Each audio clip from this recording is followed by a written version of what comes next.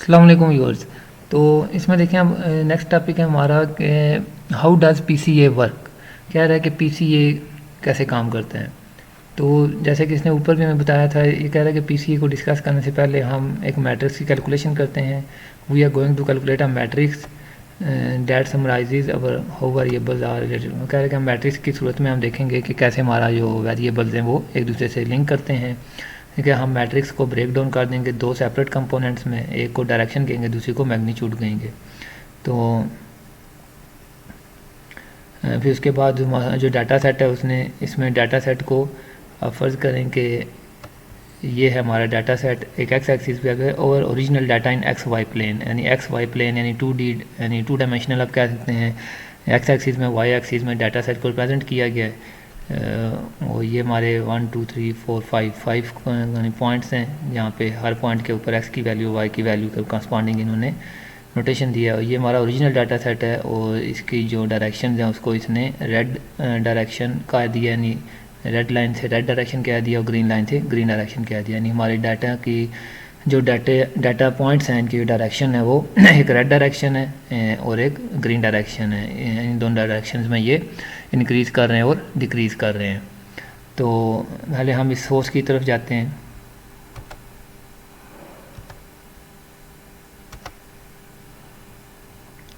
हाँ देखें, principal component analysis में कहता है कि Principal component analysis is a technique used to emphasize variation and bring out strong patterns in a data set. It's often used to make data easy to explore and visualize.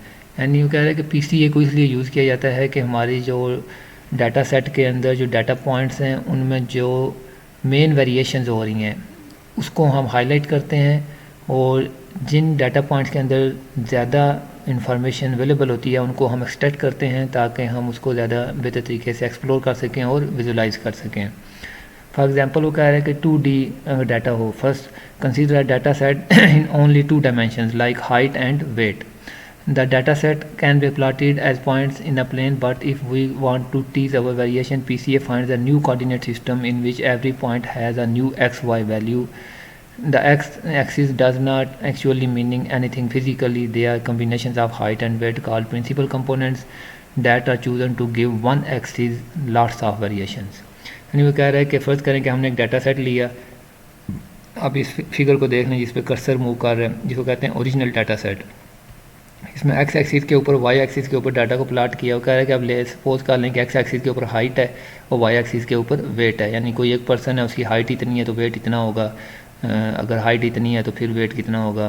Suppose अगर हम इसकी example लेते हैं, यहाँ पे अगर आप देखें हाइट अगर हम कहते हैं कि 8 है तो वेट कितना बन रहा है, तकरीबन 7 बन रहा है। तो यानी इन यूनिट्स को वो कह रहा है कि हम एक 2D ग्राफ के थ्रू रिप्रेजेंट करते हैं। तो कह रहा है कि अगर हम इसको कन्वर्ट कर सकते हैं पीसीए के थ्रू, जैसे वो कह रहा है कि यहाँ पे हमने एक्स वाई कोऑर्डिनेट्स के थ्रू डाटा को प्रेजेंट किया और यहाँ पे इसने पीसीए के थ्रू, जो राइट साइड के ऊपर आप देख लें एक ग्राफ बनाया, पीसीए के थ्रू इसको प्रेजेंट किया है। तो ये कह रहे हैं कि इसको हम कहेंगे यहाँ पे जो एक्स के ऊपर हमारे पास वैल्यू सेट था उसको हम PC1 कह देते हैं और वाई एक्सिस के ऊपर जो वैल्यू सेट था हम उसको PC2 कह देते हैं, यानी प्रिंसिपल कंपोनेंट 2। यानी इसमें हमारे पास दो मेन कंपोनेंट्स हैं क्योंकि हमारे पास ये 2D डाटा है, इसमें 2 वेरिएबल्स हैं और इनको ये कह रहा है 2 प्रिंसिपल कंपोनेंट्स। एक को वो PC1 कह रहा है यानी प्रिंसिपल कंपोनेंट 1 और दूसरे को प्रिंसिपल कंपोनेंट 2। और PC1 को इसने रेड कलर से शो किया और PC2 को ग्रीन कलर से। तो इसमें देखें कह रहा है कि PCA is useful for eliminating dimensions. Below we have plotted the data along a pair of lines, one composed of the X values and other of the values Y values. कह रहे हैं कि अब PCA को हमने use किया है ताकि डायमेंशंस को रिड्यूस कर सकें। अब एक्स एक्सिस के ऊपर जो वैल्यूज़ हैं यानी इसने डाटा को 1D में प्रेजेंट कर दिया है, उन सब को एक्स एक्सिस के ऊपर शो कर रहा है और नीचे जो है वाई एक्सिस के ऊपर जितनी वैल्यूज़ हैं वो वाई एक्सिस के अलॉन्ग प्रेजेंट हो रही हैं।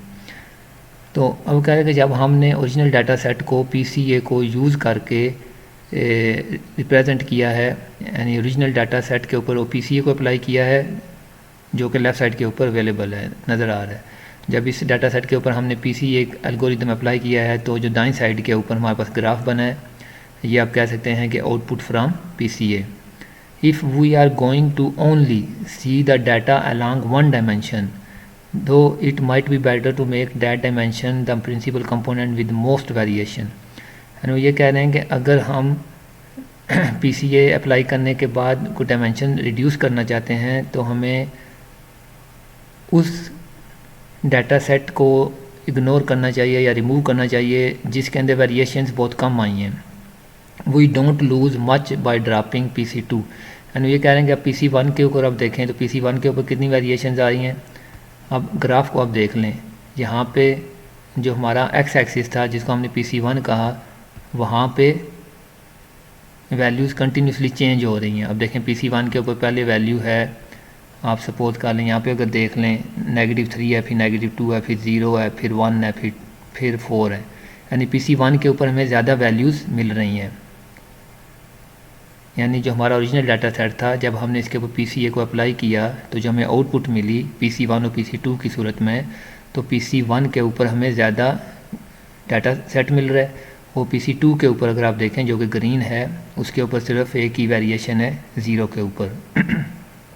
यानी PC1 के अंदर ज़्यादा इन्फॉर्मेशन हमारे लिए मौजूद है और PC2 के अंदर बहुत कम इन्फॉर्मेशन मौजूद है। तो इसलिए हम जो प्रिंसिपल कंपोनेंट 2 है उसको हम ड्रॉप कर सकते हैं। तो इस तरह हमारे जो डाटा सेट है उसकी डायमेंशन मज़ीद रिड्यूस हो जाएंगी। और यही PCA का मेन पर्पज़ है कि आपके पास एक डाटा सेट है, उसमें जो आपका वैल्यूएबल डाटा है उसको हम एक्सट्रैक्ट कर लेते हैं, और जो लेस इंपॉर्टेंट डाटा है या लेस इंफॉर्मेटिव डाटा है उसको हम रिड्यूस कर देते हैं, और हमारे डाटा सेट की डायमेंशन रिड्यूस हो जाती हैं। और डाटा सेट की डायमेंशन को रिड्यूस करने का पर्पज़ ये होता है कि ज़ाहिर सी बात है कि जब आपके पास डाटा सेट छोटा होगा, उसकी डायमेंशंस कम होंगी, तो आप उसको बेहतर तरीके से एनालाइज कर सकेंगे और ट्रांसफॉर्म कर सकेंगे। तो इस वीडियो में इतना ही, तो इसके बाद नेक्स्ट वीडियो में हम इसको मज़ीद डिटेल से डिस्कस करेंगे।